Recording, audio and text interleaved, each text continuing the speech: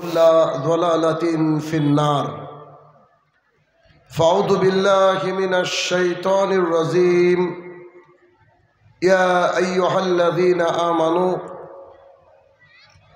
أطيعوا الله وأطيعوا الرسول ولا تبطلوا أعمالكم عن أبي هريرة رضي الله تعالى عنه قال رسول الله صلى الله عليه وسلم كل أمتي يدخلون الجنة إلا من أبى قيل يا رسول الله من أبى قال من أطاعني دخل الجنة ومن أساءني فقد أبى عن عائشة رضي الله تعالى عنها قالت قال رسول الله صلى الله عليه وسلم من عمل عملا ليس عليه أمرنا فهو رد। সম্মানিত উপস্থিতি, সর্বপ্রথম আল্লাহ সুবহানাহু ওয়া তাআলার বারগাহে শুকরিয়া জ্ঞাপন করব যে আল্লাহ তাআলা বিচার দিবসের একচ্ছত্র অধিপতি, যে আল্লাহ সুবহানাহু ওয়া তাআলা সবার হায়াত এবং মওতের মালিক, যিনি সমগ্র জীবের রিজিক দাতা, সেই মহান আল্লাহ সুবহানাহু ওয়া তাআলার জন্য আমরা সবাই মিলে বলি আলহামদুলিল্লাহ। অতঃপর সমগ্র মানব জাতির শিক্ষক, সমগ্র মানব জাতির পথপ্রদর্শক মুহাম্মদুর রাসূলুল্লাহ সাল্লাল্লাহু আলাইহি সাল্লামের উপর শতকোটি সালাত ও সালাম বর্ষিত হোক, আমরা বলি আল্লাহুম্মা আমিন। মালদা অন্তর্গত রসুনগঞ্জ অত্র এলাকায় আজকে আমার সংক্ষিপ্ত বক্তৃতার বিষয় সামাজিক ভয়াবহ পরিস্থিতি, তা থেকে বাঁচার উপায়। উক্ত বিষয়ে তথ্য এবং তত্ত্ববহল কিছু সময় আলোচনা করার চেষ্টা করব ইনশাআল্লাহুল আজিজ। আজকে আমরা যারা এখানে উপস্থিত হয়েছি, আমাদের সবারই উদ্দেশ্য হচ্ছে আমরা কোরআন এবং সুন্নাহ থেকে কিছু আলোচনা শুনব। শুধু শুনবো এমনটা নয়, বরং শোনার পরে সেই অনুযায়ী আমল করব, এই নিয়তে আমরা সবাই এখানে উপস্থিত হয়েছি, তাই তো নাকি? কথা বলেন একটু। আচ্ছা, তো দ্বীনি মজলিস যেখানে কায়েম হয়, যেটা পশ্চিমবঙ্গ জুড়ে, কারণ এখন বক্তৃতার সিজন, কারণ শীতকালে তো মানুষের ধর্মের দরকার হয়, তাই না? গরমকালে মানুষের অত ধর্মের প্রয়োজন হয় না, এজন্য এখন হচ্ছে বক্তাদের সিজন আর কি, আমাদের সিজন। তো এই সিজনে পুরো পশ্চিমবঙ্গ ঘুরতে হয়, দেশ দেশের বাইরেও যেতে হয়। তো প্রায় একটা কমন জিনিস আমরা খেয়াল করছি যে জলসা মাহফিল, দ্বীনি আলোচনা, এটা যেখানে হচ্ছে সেখানে আগে বাজার বসছে, দোকানপাট বসছে, একটু আনন্দের জায়গা মানুষের তৈরি হচ্ছে। এখন দিন ধর্ম যদি আপনি শিখতে চান, বুঝতে চান, তাহলে সেখানে যদি এত বেশি মেলা খেলার ইত্যাদির ব্যবস্থা থাকে, তাহলে আমার মনে হয় না যে দিন ধর্ম ঠিক করে শিখতে পারবেন। কি বলেন আপনারা? দেখেন, আমার বক্তৃতা একটু কড়া হয় ভাই, একটু শক্ত হয়। কেন? আমি আপনাদেরকে চিনি না, তবুও ভালোবাসি। কেন? আপনারা মুসলমান, তাই। রাসূলুল্লাহ সাল্লাল্লাহু আলাইহি ওয়াসাল্লাম বলেছেন, প্রত্যেক মুসলমান আর প্রত্যেক মুসলমানের সাথে পুরুষে পুরুষের আছে ভাই, ভাইয়ের সম্পর্ক। আর আমাদের দেহটা আছে একটা দেহ। যেমন আমার শরীরে যদি মাথায় আঘাত লাগে, আমার শরীরে যদি পায়ে আঘাত লাগে, আমার শরীরটা হচ্ছে ব্যথা পাবে, তাই না? তেমন সমগ্র মুসলমান হচ্ছে একটা দেহের মতো। তার মধ্যে কেউ যদি কোথাও আঘাত পায়, কারোর যদি কোনো সমস্যা হয়, তাহলে প্রত্যেক মুসলমানের ব্যথা লাগা উচিত হাদিস অনুযায়ী। তা আমরা যখন দিন ধর্ম জানার জন্য বছরে একটা দিনকে সিলেকশন করেছি, যদিচ আমি মনে করি মানুষকে দিন ধর্ম শেখানোর সবচেয়ে গুরুত্বপূর্ণ মাধ্যম হচ্ছে জুমার খুতবা। মানুষ শুনতেই যায় যে আজকে আমি খুতবা শুনবো। জুমার খুতবার চেয়ে উন্নততর দিন প্রচার করার রাস্তা পৃথিবীতে আসেনি এবং আসবে না। বৎসরে একবার একটা জলসা দিলেন এলাকায়, যাতে করে মানুষ যারা জুমার খুতবাতেও যায় না তারা আসলো, কোরআন এবং সুন্নাহ থেকে কিছু কথা শুনলো, হেদায়েত যদি আল্লাহ তার নসিবে লিখে রাখেন সে হেদায়েত পেয়ে গেল, এর জন্য জলসা। কিন্তু এই জলসা করতে গিয়ে যদি পাপের ভাগ বেশি হয় তাহলে জলসা না করাই অনেক উত্তম। আমার কথা বুঝতে পারছেন আপনারা? আমি কিন্তু কেটে কেটে কথা বলি, অসুবিধা নেই, আশা করছি বুঝতে পারবেন। দেখেন, আজকে আমরা এখানে দিন ইসলাম প্রচার করতে এসেছি, দিন ইসলামের কথা বলতে এসেছি। আজকে যদি 5টা মেয়ে জেনায় লিপ্ত হয়, 5 জন মহিলা মাত্র জেনায় লিপ্ত হয়, তাহলে এইখানে যারা জেনায় লিপ্ত হলো তাদেরকে আমরা চিনি না, কিন্তু আল্লাহর কাছে গিয়ে দেখবো যে আমাদের অ্যাকাউন্টে একটা নেকি যেমন এই যে দিন প্রচারের জন্য আছে, কিন্তু 10টা আরো গুনাহ রয়েছে জেনা করার কারণে। আপনি বলতে পারেন যে আমরা আবার কি করে কি করলাম? বলেন তো, দুর্গাপুজোর চাঁদা দেওয়া যাবে কেন? মানে ওটা হচ্ছে শরিক করা হলো না। আপনি তো আর পুজো করছেন না, কিন্তু শরিক হয়ে যাচ্ছে। তো এইখানে যদি এই রোশনগঞ্জবাসী জলসার আয়োজন না করত, আমরা আসতাম না। এখানে এনারা আয়োজন করেছেন, আর এখানে ওইদিকে যদি ডান দিকে দেখেন তো জেনার বাজার চলছে। তো যত মহিলা জেনা করবে সব পাপ আমাদের সবারই ঘাড়ে আসবে। তাহলে কি দরকার বলেন তো ওই 200-300 কিলোমিটার দূর থেকে এসে আপনার কাছে এসে আমি জেনার পাপ নিব? এই শীতের রাত্রিবেলা চাদর মুড়ি দিয়ে বসে আছেন, কোথায় কোথা থেকে এসেছেন জলসা শোনার জন্য?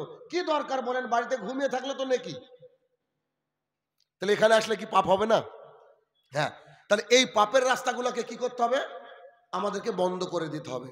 যদিও গ্রামের 80% মানুষ চাইবে যে দোকান বসুক, কেননা তারা চায় একটু মজা করতে। মজা ইসলামে নাই। মজা একটা জায়গায় আছে, কোথায়? জান্নাতে। দুনিয়ার বুকে একজন মুসলমানের কোনো মজা থাকতে পারে না, কেননা দুনিয়াটা হচ্ছে মুসলমানের জন্য পরীক্ষা। আর পরীক্ষার হল কখনো কারোর কাছে মজা লাগে? বলেন, যতই ভালো ছাত্র হোক পরীক্ষার হল মজা লাগবে? আজ থেকে 50 বছর আগে এত জলসা হতো না, ঠিক না ভুল বলছি? এখন একেবারে পাড়ায় পাড়ায় জলসা। আজ থেকে 60 বছর আগে যত ইমানদার ছিল এখন ইমানদার কমেছে। জলসা বাড়ছে, ইমানদার কমছে। পেছনে কারণ কি? কারণ হচ্ছে যে জলসা কমিটি দিচ্ছে আমাদের মসজিদের উন্নতি হবে, মাদ্রাসার উন্নতি হবে, গোরস্থানের উন্নতি হবে। ইমানের উন্নতির জন্য তো জলসা হচ্ছে না। ইমানের যদি উন্নত হতো তাহলে একটা সমাজ সুন্দরভাবে পরিবর্তন হতো। তো প্রথম কথা হচ্ছে, এটা বোধহয় প্রথম বছর আপনারা সর্বান্তকরণের চেষ্টা করবেন যে আমরা জলসা করব, দিন ইসলাম শেখাবো মানুষকে, শুধু দিন ইসলামই শেখাবো, আর বাকি কোন রকমের মেলা খেলা, কোনো খাবারের দোকান ইত্যাদি বসবে না। আপনারা বলতে পারেন খাবারের দোকানগুলো বসতে দিতে হবে কেন? দূর দূর থেকে লোক আসে। কত দূর থেকে এসেছে বলেন? 10 কিলোমিটার দূর থেকে কেউ আসেনি। আর যারা এসেছে তারা মুসলমান। 30 দিন 14 থেকে 15 ঘন্টা না খেয়ে সিয়াম পালন করে, রোজা পালন করে, পরের দিন আনন্দে ঈদ করে। সেই মুসলমান, যে মুসলমান 14 ঘন্টা না খেয়ে থাকতে পারে, সেই মুসলমান 3 ঘন্টা না খেয়ে থাকতে পারবে না? আমি কেন এতগুলা কথা বলছি আপনাদের হয়তো অনেকের কষ্ট লাগছে। আমি কেন কথা বলছি শুনেন, আপনারও কষ্ট লাগবে তখন, কারণ আমি দিন ধর্ম বুঝি তো আমার খারাপ লাগে। সব দাড়িওয়ালা যে ভালো হবে এমন না। আবু জেহেলেরও দাড়ি ছিল। কেমন? পৃথিবীর শ্রেষ্ঠ মানুষ মুহাম্মদ সাল্লাল্লাহু আলাইহি সাল্লাম মক্কার মধ্যে যখন কোরআন তেলাওয়াত করতেন, কোরআনের ভাষা কি? মক্কার মানুষের ভাষা আরবি। তো যখন আল্লাহর বাণী আল্লাহ রসুল তেলাওয়াত করতেন মক্কার মধ্যে, তো সেই আয়াতের আওয়াজ চলে যেত মক্কার ঘরে ঘরে, আশপাশে ঘর চলে যেত। এবার আবু জেহেল ওতবা সাইবা চিন্তা করলো যে এই আয়াত যদি, আল্লাহর কালাম যদি ঘরে ঘরে পৌঁছে যায়, তো সবাই দলে দলে আব্দুল্লাহর বেটার দিন ধর্ম গ্রহণ করবে, আমাদের লাত মানাত উজ্জা হবল আমরা যে পুজো করে আসছি এটা বাতিল হয়ে যাবে। আবু জেহেলরা ভয় করতে লাগলো। তখন মোহাম্মদ সাল্লাল্লাহু আলাইহি ওয়াসাল্লামের সাথে দাদা আব্দুল মুত্তালিব আছে, চাচা আবু তালেব আছে, বংশ শক্ত, তো কিছু করতে পারে না। তো কি করলো, তো তার একটা প্ল্যান করলো, যখন মোহাম্মদ সাল্লাল্লাহু আলাইহি ওয়াসাল্লাম কোরআনুল কারীম তেলাওয়াত করবে, 8-10-20টা ছেলে কাবার মধ্যে ঢুকে চিৎকার চেঁচামেচি করবে। এখন এখানে যদি মাইক না থাকে, আমি যদি কথা বলি আর সামনে যদি 10 জন চিৎকার করেন, তাহলে কি এই আওয়াজগুলো ওই পেছনের দিকে পৌঁছাবে? পৌঁছাবে না। তো রাসূলুল্লাহ সাল্লাল্লাহু আলাইহি ওয়াসাল্লাম যখন কোরআনুল কারীম তেলাওয়াত করতে লাগলেন, তখন মক্কার মুশরিক বেদিন বেঈমানরা করলো কি, কাবার মধ্যে এসে আজে বাজে বলে গান গাইতে লাগলো, চিৎকার করতে লাগলো। আল্লাহ রাসূলের কোরআনের বাণী, কোরআনের কথা মক্কার মানুষের দরবারে পৌঁছাতে পারলো না। ঠিক তখনই আল্লাহ সুবহানাহু ওয়া তাআলার রাগ হবে, এটাই স্বাভাবিক। আল্লাহ সুবহানাহু ওয়া তাআলা 7 নম্বর সূরার 204 নম্বর আয়াত নাজিল করে দিলেন। আল্লাহ সুবহানাহু ওয়া তাআলা আয়াত নাজিল করে দিলেন, যে আয়াতের অর্থ হচ্ছে যে যখন তোমাদের সামনে কোরআন তেলাওয়াত করা হয়, তখন তোমাদের দায়িত্ব দুটো। যখন তোমাদের সামনে কোরআন তেলাওয়াত করা হয়, দায়িত্ব কটা? দুটো। এক, তোমরা চুপ থাকবা, এটা যে কোরআনের আদব, কোরআন চলবে আর তুমি কথা বলবা, তাহলে তোমার নাম হচ্ছে বিয়াদব। কোরআন চলা অবস্থায় তোমাকে চুপ থাকতে হবে। 2, মনোযোগ সহকারে শুনতে হবে। এই বাক্যটা নাজিল করলেন কে? আল্লাহ সুবহানাহু ওয়া তাআলা। কাদের উপরে রাগ করে? কাফেরদের উপরে রাগ করে নাজিল করলেন। কেননা কাফেররা চিৎকার চেঁচামেচি করছিল, আর আমি শাহিনুর রহমান এখানে এসে যখন আমি বক্তৃতা শুরু করলাম, শুরুতে আমি বললাম ইয়া আইয়ুহাল্লাযীনা আমানু, এটা কোরআনের আয়াত না? আমার আগে একজন মাওলানা ছিলেন, তিনি কোরআনের আয়াত তেলাওয়াত করেছেন। তার আগে তার উস্তাদ ছিলেন, কাতলামারির প্রধান শিক্ষক হাজার আলেমের উস্তাদ, তিনি কোরআন তেলাওয়াত করেছেন। তো যখন এখানে এসে আলেম, এখানে এসে বক্তা কোরআনুল কারীম তেলাওয়াত করছে, আর ঠিক তখনই আপনার সন্তান পাশে গিয়ে বাদামওয়ালাকে গিয়ে বলছে, বাদাম ক টাকা কেজি? আপনার ছেলে ওটা ওতবা নয়, আপনার ছেলে ওটা সাইবা নয়, আপনার ছেলে ওটা আবু লাহাব নয়, আপনার সন্তান ওটা চণ্ডীদাস নয়, আপনার সন্তান ওটা মিস্টার শিশির নয়, ওর নাম হচ্ছে আব্দুল্লাহ। আর এখানে কোরআনুল কারীম তেলাওয়াত হচ্ছে, আর আপনার সন্তান যে বাদামওয়ালার সাথে কথা বলছে। বলেন যে বাদামওয়ালা আর আপনার ছেলে মুসলমান? কোরআনকে অপমান হচ্ছে না এটা? নাকি বলেন যে বাদামওয়ালা মরবে না, জিলাপিওয়ালা মরবে না, তাই না? মরবে? মনে হয় মরবে না এলাকায়। যদি কথা আমি বোঝাতে পারতাম তাহলে তো জাতি পরিবর্তন হতো। হয়তো এটা আমার অপারগতা, আমি কথা বোঝাতে পারিনি, আমি দুঃখিত, আপনারা ঠিকই আছেন। কারণ যখন কোরআনুল কারীম তেলাওয়াত হবে, তখন দায়িত্ব গোটা পৃথিবীর মানুষ চুপ থাকবে। 2, মনোযোগ সহকারে শুনবে। এখানে কোরআন এবং হাদিস থেকে কথা হবে, আর বাইরে চলবে চিৎকার চেঁচামেচি, ওদিকে চলবে খাওয়া দাওয়া, আর আরেক দিকে চলবে এই এরকম মেলার একটা ঘটনা। এ দিয়ে কখনো জাতি পরিবর্তন হবে না। আপনার মসজিদ 1 তলা থেকে 2 তলা হতে পারে, আপনার মাদ্রাসা 1 তলা থেকে 3 তলা হতে পারে, আপনার জমি গোরস্থানের জন্য 1 বিঘা ছিল 7 বিঘা হতে পারে, কিন্তু আপনার আমার আত্মিক যে উন্নতি, আল্লাহর কাছে যে জান্নাত পাওয়ার যে উন্নতি, এই উন্নতি হবে না। আপনি দেখে নিন, আমি যেটা বললাম এটা বাস্তব। কেন? এই বেচারা যে লোকগুলো এখানে বসে আছে, এরা দ্বীন ইসলামকে ভালোবাসে। খোঁজ নিয়ে দেখেন না, এই লোকগুলো নামাজ পড়ে। তো যারা দ্বীন ইসলামকে ভালোবাসেন, নামাজ পড়ে, তাদেরকে এবার কি দাওয়াত দিব?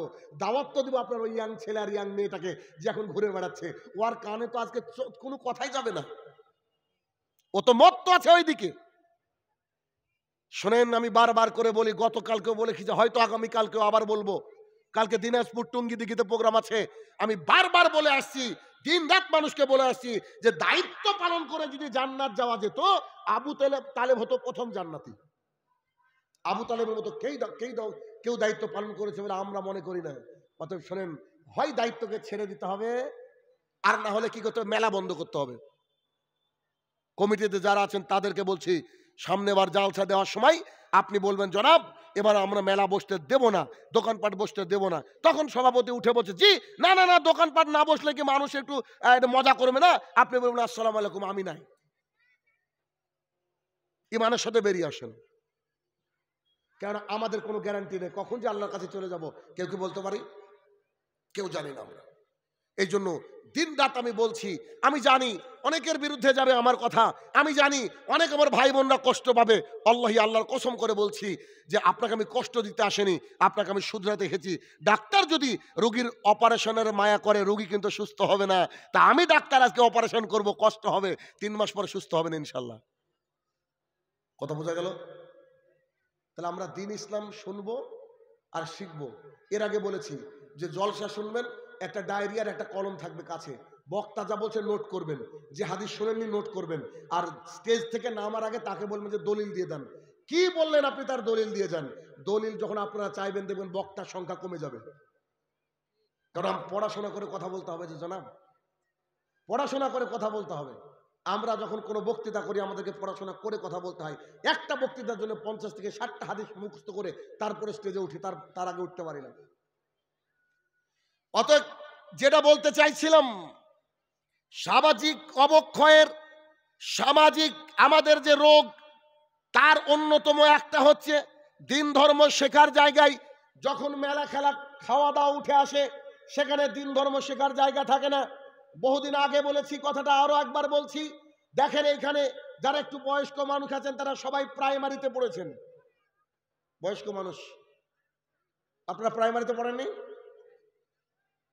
আমি শাহিনুর রহমান মনে করি, যদি গোটা বিশ্ব জুড়ে আমার হাজার হাজার ছাত্র, আমি অনলাইন অফলাইনে ইংরেজি পড়াই, ছোট ছোট পড়াই না, আমি পড়াই বড় বড় চাকরিজীবীদেরকে পড়াই, মানে চাকরি যারা পাবে তাদেরকে কম্পিটিটিভ এক্সাম পড়াই আমি। তো আগেকার যুগের কোন 5 পাস মানুষ বর্তমানের MA পাস মানুষের সামনে যদি দাঁড় হয়ে যায় না, MA পাস বলবো যে পায়খানা কোন দিকে। আমার কথা একটা এদিক ওদিক করতে পারবো না। দেখেন আমি হিসাব করে কথা বলি, আল্লাহর কাছে জবাব দিতে হবে। আগেকার শিক্ষার যে কি দাম ছিল, মাকে বলছে আম্মু রান্না হয়নি, বলছে বাপ রান্না তো হয়নি, 11টা 10টা করে ছেলে ব্যাংকার। তো মা একটু ফ্যান ভাত দিয়েছে, ফ্যান ভাত বুঝেন কি? ফ্যান ভাত দিয়েছে, লবণ দিয়ে খেয়ে চলে গিয়েছে। ওই ছেলের আর খিদে লাগেনি, 4টের পরে সে ভাত খায়। আর আজকে আমাদের সন্তানরা পোল্ট্রি মুরগি, 7টার সময় ঘুম থেকে তুলে কনডেন্স মিল্ক, তারপরে ওই যে লম্বা হওয়ার কি হরলিক্স, তারপরে আবার খাবার মুখে তো দিচ্ছে টিফিনে বেঁধে দিচ্ছে। বাপ তোর ছুটি কটায়? বলছে 11টায়। সকাল থেকে 17 বার খাওয়া। তো আগেকার মানুষ শক্তিশালী ছিল, আর এখনকার বাচ্চারা হচ্ছে পোল্ট্রি মুরগির মতো, ধাক্কা লাগলে মরে যাবে, এরকম অবস্থা। সেই ছেলেকে কাঁধে যে ব্যাগ দেওয়া হয়েছে, ব্যাগের ওজন ওর চেয়ে বেশি। প্রাইমারি শিক্ষা ব্যবস্থা নিয়ে একটা কথা বলেছিলাম, যেটা বাস্তবতা ফল হচ্ছে। আমি বলেছি যেদিন থেকে স্কুলে মিড ডে মিল চালু হয়েছে, মিড ডে মিল বুঝেন কি? মাঝে খাবার। যেদিন থেকে স্কুলে মিড ডে মিল চালু হয়েছে ওই দিন থেকে পড়াশোনার জানাজা হয়েছে। খুব কম হলে পশ্চিমবঙ্গে 150 থেকে 200 ছাত্র আমার কাছ থেকে যারা পড়ে চাকরি পেয়েছে, প্রাইমারি স্কুলের শিক্ষক, আমার ছাত্র যারা শিক্ষক। আমি পুলিশ অফিসার তৈরি করি, বিডিও তৈরি করি, SI DSP তৈরি করি, মানে আমি ইংরেজি পড়াই, তো এগুলো তৈরি করি। তো টেট পড়াই, টেট তো নিশ্চয়ই বোঝেন, শিক্ষিত মানুষেরা। তো আমার 150 থেকে 200-র উপরে আমার ছাত্র খালি আপনার ওই প্রাইমারিতে শিক্ষকতা করে, হাই স্কুলে শিক্ষকতা করে। তা আমি তো জানি, আমি তো শিক্ষার সাথে জড়িত আছি। যেদিন থেকে স্কুলে খাবার ঢুকেছে ওই দিন থেকে শিক্ষার জানাজা হয়েছে। ঠিক তেমনই এই যে জলসার মধ্যে যেদিন খাওয়ার মেলা ঢুকেছে, এদিন আর জালসার বরকত থাকে না, বরকত উঠে গেছে। অতএব এটাকে ত্যাগ করতে হবে। আনাস রাদিয়াল্লাহু তাআলা আনহু বলেন, রাসূল সাল্লাল্লাহু আলাইহি সাল্লামকে বলতে শুনেছি, ইন্না মিন আশরাশাত, কিয়ামতের বেশ কিছু লক্ষণ রয়েছে। এক, আয়ুর ফাইল, মানুষের বিবেক তুলে নেওয়া হবে। 2, ওয়াকসারুল জাহাল, মূর্খতাকে বর্ষণ করা হবে। রাসূল সাল্লাল্লাহু আলাইহি সাল্লাম 1450 বছর পূর্বে এই হাদিস বুখারীর মধ্যে দিয়ে চলে গেলেন। ওই হাদিস আমি আজকে আপনাকে শোনাচ্ছি। রাসূল সাল্লাল্লাহু আলাইহি ওয়াসাল্লাম বলছে এমন একটা সময় আসবে কিয়ামতের পূর্বে আমি যাচাই বাছাই করব যে এই দোষ ত্রুটিগুলো আমাদের মধ্যে আছে কিনা। এক, আয়ুর ফাইল, মানুষের বিবেক বুদ্ধি তুলে নেওয়া হবে। আজ থেকে 50 বছর আগে 7 বছরের মেয়ে, 8 বছরের মেয়ে, 10 বছরের শিশু ধর্ষণ হয়নি। এখন শিক্ষিত যত বাড়ছে ধর্ষণও তত বাড়ছে। তার মানে বোঝা গেল মানুষ খালি এমনি এমনি শিক্ষিত হচ্ছে, এই শিক্ষার কোনো মূল্য নাই। 1450 বছর পূর্বে মুহাম্মদ সাল্লাল্লাহু আলাইহি ওয়াসাল্লাম বললেন আয়ুর ফাইল, মানুষের বিবেক তুলে নেওয়া হয়েছে।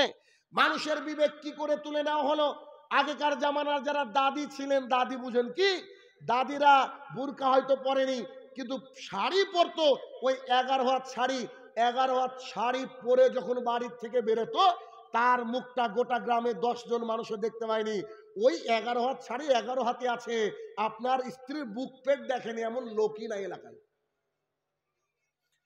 কথা কি বোঝা যাচ্ছে আমার? যে শাড়িতে আমার দাদিকে কেউ দেখতে পায়নি ওই শাড়িতে আমার স্ত্রীকে সবাই দেখছে। আমার স্ত্রী তো এত বড় হয়ে যায়নি যে শাড়ি কম হলো। 11 হাত তো 11 হাতে আছে, দাদির সমান তো আমার স্ত্রী, কিন্তু আমার স্ত্রীকে জাতি দেখছে। রাসূলুল্লাহ সাল্লাল্লাহু আলাইহি ওয়াসাল্লাম বলছে আয়ুর ইলম, বিবেক তুলে নেওয়া হবে। আগেকার শাশুড়িদের ব্যাপারে শুনেছি তারা বলছে জামাইকে খেতে দিব, নিজের স্বামীকে খেতে দিব, সবারই খাওয়া শেষ হয়ে গেলে তারপর নিজে খাবো। আর এখনকার মডার্ন শাশুড়ি এখানে ডাইনিং টেবিলে জামাই আর এখানে ও নিজে খাচ্ছে। এই জন্য তো পেপারে দেখা যায় জামাই করলো কি, শাশুড়িকে নিয়ে পালিয়ে গেছে, আছে না? বাস্তবতা। আজকে আস্তে আস্তে আপনাদের প্রোগ্রামে আস্তে আস্তে একটা সংবাদ দেখলাম যে একটা মা ওর মেয়ের জন্য একটা ছেলেকে সিলেকশন করেছে। দীর্ঘদিন আসা যাওয়া চলে বাড়িতে, তো এবার মেয়েকে রেডি করেছে, মা তোমাকে বিয়ে করতে হবে। তখন এক রাতে ওর যার সাথে বিয়ে হবে সে একজন মা, ওর মেয়ে জামাইকে সিলেকশন করছে মা নিজে। এবার মেয়ের বিয়ের জন্য দেখবেন মা বাবা কি করে, গহনা তৈরি করে রাখে, কানের দুল, গলার মালা ইত্যাদি গরিব মানুষ তৈরি করে রাখে, সব তৈরি করে রেখেছে। সকালবেলায় উঠে মেয়ে বলছে আমার মা কই, তো মাকে খুঁজে পাওয়া যাচ্ছে না। খোঁজ খবর নিয়ে দেখা হলো মা মেয়ের জন্য যত গয়না করেছিল সব গয়না নিয়ে হবু জামাইয়ের সাথে পালিয়ে গেছে। আচ্ছা বলেন তো, কোনো সুস্থ মস্তিষ্ক যে পাগল নয় সে কি এমন করতে পারে? নিশ্চয়ই পাগল ছাড়া করতে পারবে না। এই বাক্যটা মুহাম্মদ সাল্লাল্লাহু আলাইহি ওয়াসাল্লাম বলছেন আইউর ফাইল, মানুষের বিবেক তুলে নেওয়া হবে। ওয়াকসারুল জাহাল, মূর্খতাকে বর্ষণ করা হবে। এখন বর্তমানে মূর্খতা বর্ষণ হচ্ছে, মূর্খতা বর্ষণ হচ্ছে। আমি দিনরাত একটা কথা বলি, খুব কঠিন কথা, আমার জন্য কঠিন। আপনি আপনার হিসাব করে খুঁজে দেখেন তো পশ্চিমবঙ্গের কজন বক্তাকে পাবেন যারা কন্ট্যাক্ট ছাড়া আসে? বলেন। ফোন করছে তো বলছে যে কোথায় জালসা হবে? রসুনগঞ্জে। বলছে 20,000 টাকা নিব, 15,000 অ্যাকাউন্টে, আর গিয়ে পাস। মালদা ওই রোডটাকে বাদশাহী রোড বলে। মালদা যখন আমি ক্রস করছি, মালদা রথবাড়ি ক্রস করার পরে স্টেশন রোড, বাংলাদেশ থেকে ফোন আসলো, ধামরাইল জায়গাটার নাম, ঢাকা।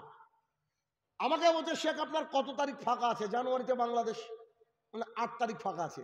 উনি বলছেন দাঁড়ান আমরা একটু বসি। তোনারা বসে বলছে যে ঠিক আছে ডেটটা লিখে নেন। তা আমাকে বলছে বুকিং করতে কত কি লাগবে? তা আমি বললাম ইন্না লিল্লাহ, আমি তো আর ওই মালাকুল মতের নাম্বার জানি না যে তাকে ফোন করে বলবো যে আমার ডেট কবে এক্সপায়ার। কথা বুঝেননি? আমি যে আপনার এখানে আসতে পারবো তার কোনো গ্যারান্টি আছে কি? তাহলে আমি যদি টাকা নিয়ে যাই, আমি যদি না আসতে পারি, মারা যাই, তাহলে আমার জানাজা হবে না। আল্লাহ রসুল বলছেন শোধ করতে হবে আগে তারপরে। তো কতজন বলে যে একটু কিছু দিয়ে ফোন পে নাম্বার দেন, তা আমি তাকে বলি মালাকুল মতকে ফোন লাগান। তো মালাকুল মত কি ফোন ইউজ করে নাকি? তাহলে দিতে হবে না। তো আমি যখন এই বক্তাদের বিরুদ্ধে বলছি, একেবারে প্রায় 90-95% বক্তা আমার বিরুদ্ধে লেগে গিয়েছে। আপনাকে নাম্বার দিব, এখনই ফোন করে বলেন যে আপনাকে নিচ্ছি রসুনগঞ্জে, আগামী পরশুদিন জালসা, আপনার সাথে শাহিনুর রহমান আছে। ও শুরুতে গাল দিব আমাকে, ও আমাকে গাল দিবে। কি দিয়ে বুঝাবো আপনাকে? আমি কষ্ট লাগে জানেন। আমি যখন কথা বলছি তো না, আজকে কথাগুলো বললাম, আমার কমিটি ভাইদের ব্যাপারে বললাম, আপনাদের ব্যাপারে বললাম, বলেন তো আমি এতক্ষণ পর্যন্ত অন্যায় করেছি? অন্যায় করেছি কি? তো এরকম গতকালকের একটা প্রোগ্রামে ছিলাম, আমি বলেছি ভাই 2 লাখ টাকা তুললেন জালসার জন্য, 2 লাখ টাকা তুললেন জালসার জন্য, 1 লাখ টাকা জালসাতে খরচ হলো, আর 1 লাখ টাকা আপনারা নিজেদের মধ্যে ভাগ বাটোয়ারা করে নিলেন। এটা হলে কিয়ামতের মাঠে আপনি ক্ষমা পাবেন না, আপনাকে জাহান্নামে থাকতে হবে। বক্তা, এবার আমি সবাই জানে যে শাহিনুর রহমান হাদিয়া যখন দেয়, টাকা দেয় শাহিনুর রহমানকে, শাহিনুর রহমান এবং টাকায়ও না, সবাই জানে। তো কালকে হাদিয়া দিয়েছে, আমি তো দেখিনি, হাদিয়া নিয়ে পকেটে ঢুকিয়ে নিয়েছি। এবার যখন বাড়ি ফিরছি, একজন ভাই বলছে কত দিয়েছে দেখেন, তো যা দিয়েছে গাড়ি ভাড়া হয়নি। কেন বলেন তো? তখন আমাকে ওই ভাইটা বলছে গাড়ি ভাড়া দেবে কি করে? আপনি যে আজকে কালকে যে দিয়া দিলেন, বলেন কাকে বলবো তাহলে? আমি কি গান করতে আসছি নাকি স্টেজে? হ্যাঁ, আমি আপনাকে শুধরাতে আসছি। আপনি আমাকে আনছেনই আপনি কোরআন এবং সুন্নাহর কথা শুনতে, তো কোরআন এবং সুন্নাহর কথা তো আমাকে বলতে হবে নাকি? তাছাড়া তো উপায় নাই। ঠিক বাংলাদেশের কোনো একজন বক্তার কাছ থেকে শুনেছিলাম, এরকম ঘটনা আমি বলি না, এমনি বোঝানোর জন্য বলছি, 1 মিনিটের জন্য দেখেন। এক লোক করেছে কি, এক জায়গায় ইমামতি নিয়েছে, ও শুনেছে যে গ্রামের মানুষ টাকা পয়সা দিতে পারে না, শহরে অনেক টাকা। এক শহরে গিয়ে ইমামতি নিয়েছে, ইমামতি নিয়ে এবার জুমার খুতবায় জুব্বা টুব্বা পরে উঠেছে, উঠার পরে জুমার খুতবায় উঠে বলছে আল্লাহ তাআলা 82 বার বলেছেন আকিমিস সালাহ, তোমরা সালাত কায়েম করো। যে ব্যক্তি 5 ওয়াক্ত সালাত আদায় করে না ওই ব্যক্তি কাফের। হাদিস বলেছে, কোরআন থেকে আয়াত বলে দিয়েছে। জুমার খুতবা শেষ, সভাপতি সাহেব বলছে যে কি ব্যাপার, খুব বেশি দিন আসা হয়নি, তুমি তো জানো যে আমি খালি জুমাতে আসি, তুমি আমাকে টার্গেট করে বলছো যে 5 ওয়াক্ত সালাত আদায় না করলে কাফের, তুমি আমাকে কাফের বলছো, তোমাকে খেতে দেয় কে? তখন বলছে তো বিপদ, তো মনে মনে ভাবছে যে নামাজের বয়ান আর করবো না। পরের জুমা এসেছে, 33 নম্বর সূরা 33 নম্বর আয়াত থেকে তেলাওয়াত করেছে। তেলাওয়াত করে বলছে মহিলারা তোমরা বাড়ির মধ্যে থাকো, খবরদার জাহালাতের যুগের মতো নিজেকে দেখে বেরিও না। সেক্রেটারি বলছে যে আমার বউ যে শাড়ি পরে চলে তুমি কি করে জানলা? নিশ্চয় দেখেছো। ঠিক আছে, তোমাকে প্রথম দিন সভাপতির বিরুদ্ধে বলেছো, পরের দিন আমার বিরুদ্ধে বলছো, তোমার আউট। পৃথিবীর সবচেয়ে নিকৃষ্ট চাকরি হচ্ছে ইমামতি, বুঝেন না? সবচেয়ে নিকৃষ্ট বললাম কেন, নিশ্চয় বুঝতে পেরেছেন। খালি একদিন ডবল আজান দিয়ে দেখবেন, প্রথম আজান দিলেন আর দ্বিতীয় 5 মিনিট পর আবার আজান দিবেন। যেসব লোক চায়ের দোকানে আড্ডা মারে সেদিন উপস্থিত হয়ে যাবে, কেন? মারার জন্য। কিন্তু প্রথম আজানে আপনার ও সালাত আদায় করতে যাবে না। তো ভাবছে এখানে আর ইমামতি নিব না, অন্য চলে যাব গ্রামে। এরকম একবারে অজপড়া গ্রামে চলে গিয়েছে। গ্রামে গিয়ে বলছে যে আর বাংলাতে খুতবাই দিব না, ও আরবিতে খুতবা দিয়েছে। আরবিতে খুতবা দিয়েছে, মানুষজন খুব খুশি, কারণ মানুষের তো দরকার নেই জানার। খুশি হয়ে যাওয়ার পরে এবার ও দাঁড়িয়ে কোরআনুল কারীম তেলাওয়াত করতে গিয়ে পড়েছে ইয়াসিন ওয়াল কুরআনিল হাকিম ইত্যাদি সুন্দর করে পড়ে ছেড়ে দিয়েছে। এবার সভাপতি বলছে দাঁড়ান, সবচেয়ে বড় শত্রু হচ্ছে আমার এলাকায় হচ্ছে ইয়াসিন, আর ওর বাপের নাম হাকিম। হাকিমের ছেলে ইয়াসিনের ব্যাপারে আপনি যে বর্ণনা করলেন, যদি আগামী জুমাতে আমার নামে কোনো সূরা না বলতে পারেন আপনার চাকরি নট। তখন বলছে আপনার নাম কি? বলছে বাবর। কি নাম? বাবর। আছে, বাবর নামে কোনো সূরা আছে? তো বলছে আল্লাহ গো, এরকম মূর্খ মানুষ কিছু বুঝে না, পেটে তো খেতে হবে, চাকরি থেকে বাঁচাতে হবে। তো করেছে কি, সূরা ফাতিহা শেষ করে ও দোয়া মানে কোরআন একটা সূরা ধরেছে, আসলে তো কোরআন সূরা নাই। ও হয়ে গেছে ইয়া বাবর আনতা খিনজির আবুকা কালবুন, সুন্দর করে শেষ করে দিয়েছে। তখন বলছে মাশাআল্লাহ, এই হচ্ছে ইমাম, এর চেয়ে ভালো ইমাম নাই, তুমি একবার কিয়ামত পর্যন্ত থাকো। তখন ওর বন্ধু বলছে যে ভাই এর মানে কি? এর মানে হচ্ছে ইয়া বাবর আনতা খিনজির, ও বাবর তুই শুয়োর, ও আবুকা কালবুন তোর বাপ কুকুর। কিন্তু আরবি। রাসূলুল্লাহ সাল্লাল্লাহু আলাইহি সাল্লাম বলছেন আইউর ফাইল, মানুষের বিবেক তুলে নেওয়া হয়েছে, ওয়াকসারুল জাহাল, মূর্খতাকে বর্ষণ করা হয়েছে। আজকে যদি আমাদের দেশের নেতা নেত্রীর দিকে তাকিয়ে দেখেন, এরা বেশিরভাগই মূর্খ। আল্লাহ রসুল 1450 বছর আগে এই বাক্য বলেছেন। আজকে দেখলাম আমাদের এই ইন্ডিয়ার কোন একজন কুলাঙ্গার, পেপারে দেখলাম, আমি নামটা ভুলে গেলাম, মালিয়ালাম টালিয়ালাম হবে বোধহয়, না হিন্দিকারি কি জানি, ও বলছে যে এবার মক্কা দখল করব। আজকের পেপারে দেখলাম। বলছে মক্কা দখল করব। তো কে আবার বলেছে যে মক্কার লোক যদি থুতু ফেলে তো ডুবে যাবি রে, আর তুই মক্কা দখল করবি? চিন্তা করেন, রাসূল সাল্লাল্লাহু আলাইহি ওয়াসাল্লাম বলছে আইউরফা ইলম, মানুষের বিবেক তুলে নেওয়া হয়েছে, ওয়াকসারুল জাহাল, মূর্খতা বর্ষণ হয়েছে। যে কথা থেকে এত দূর আসলাম সেটা কি? এক বক্তাকে ডাকছে 22,000 25,000 টাকা কন্ট্রাক্ট, অথচ ওই মাহফিলে আমি প্রধান বক্তা, আমাকে দিচ্ছে 7,000 টাকা, যা গাড়ি ভাড়া হচ্ছে না। আল্লাহ রসুল বলছে আইউরফা ইলম, মানুষের বিবেক তুলে নেওয়া হয়েছে। আমি যে কথা বলি কোরআন এবং হাদিসের বাইরে একদিনও একটা কথা বলেছি বলে আমার মনে হয় না। তবে উদাহরণ দিতে গিয়ে সেটা ভিন্ন কথা, কিন্তু তিনি গান গজল গিয়ে চলে যাচ্ছেন। বলেন এ দিয়ে জাতির কি উপকার হবে? আল্লাহ রসুলের হাদিস আর আল্লাহ তাআলার কোরআন মানুষকে পরিবর্তন করতে পারে, তাছাড়া অন্য কিছু পরিবর্তন করতে পারে না। রাসূলুল্লাহ সাল্লাল্লাহু আলাইহি ওয়াসাল্লাম বলেন আইউরফা ইলম, মানুষের বিবেক তুলে নেওয়া হবে। ওয়াকসারুল জাহাল, মূর্খতাকে বর্ষণ করা হবে। 3 নম্বরে বললেন ওয়াকসরা সরবুল খামরে, নেশাদার দ্রব্য পান করা বেড়ে যাবে। নেশাদার দ্রব্য চলে এলাকায়? চলে, তাই না? ওকে। আল্লাহ সুবহানাহু ওয়া তাআলা কোরআনুল কারীমের মধ্যে বলছেন ইয়া আইয়ুহাল্লাযীনা আমানু ইন্নামাল খামরু ওয়াল মাইসিরু ওয়াল আনসাবু ওয়াল আজলামু রিজসুম মিন আমালিশ শাইতান ফাজতানিবুহু লাআল্লাকুম তুফলিহুন। সূরা মাইদা সূরা নম্বর 5 আয়াত নম্বর 90 এবং 91 আল্লাহ সুবহানাহু ওয়া তাআলা মুহাম্মদ সাল্লাল্লাহু আলাইহি ওয়াসাল্লামের উপরে নাজিল করে বলছেন, তুমি জাতিকে বলে দাও, হে ঈমানদারগণ শোনো। আল্লাহ তাআলা ঈমানদারগণকে মেসেজ দিতে চাইছেন, ইন্নামাল খামরু ওয়াল মাইসিরু ওয়াল আনসাবু ওয়াল আজলামু। আল্লাহ সুবহানাহু ওয়া তাআলা বলছেন নিশ্চয়ই মদ নেশাদার দ্রব্য, নিশ্চয়ই মদ নেশাদার দ্রব্য, মূর্তি পূজা, লটারি, ভাগ্য নির্ণয়ক স্বর, এইগুলো হচ্ছে রিজসুম। রিজসুম মানে হচ্ছে নাপাক, এটা হচ্ছে শয়তানের বস্তু। তার থেকে তুমি দূরে থাকো, যদি দূরে থাকতে পারো তোমরা হবে সফল কাম। তার মানে এইখানে বলা হয়েছে ইন্নামাল খামরু, খামরু মানে হচ্ছে যার দ্বারা বিবেককে ঢেকে দেওয়া হয়, যার দ্বারা বিবেককে ঢেকে দেওয়া হয়। পান বিড়ি জর্দা গুল সিগারেট মানুষ খায় কেন? হুজুর বলছে মাকরু। আছে না নাই? এমন হুজুর নাই? কি বলেছে? মাকরু বলেছে। আসেন আমরা হাদিস শুনি আল্লাহ রাসূলের কাছ থেকে। আন আয়েশা রাদিয়াল্লাহু তাআলা আনহা قالت قال رسول الله صلى الله عليه وسلم, আয়েশা রাদিয়াল্লাহু তাআলা আনহা বলেন রাসূল সাল্লাল্লাহু আলাইহি ওয়াসাল্লাম বলেছেন কুল্লু মুসকিরিন খামরিন ওয়া কুল্লু খামরুন হারাম। প্রত্যেকটা নেশাদার বস্তু মদ, আর প্রত্যেকটা মদই হারাম। আচ্ছা প্রত্যেকটা মানে কি জর্দা বাদ, বিড়ি হয়নি বাদ নয়। আচ্ছা এই মাকরু এই শব্দটা কি আম পাবলিক বলেছিল নাকি আরবি জানা লোক বলেছিল? বুখারী হাদিস রাসূল সাল্লাল্লাহু আলাইহি ওয়াসাল্লাম বলছে 3 শ্রেণীর মানুষদের জাহান্নামকে উদ্বোধন করা হবে। তার মধ্যে এক শ্রেণীর মানুষ হচ্ছে আলেম। ওই যে আলেমরা এটা বলেছে। কি আশ্চর্য কথা গো!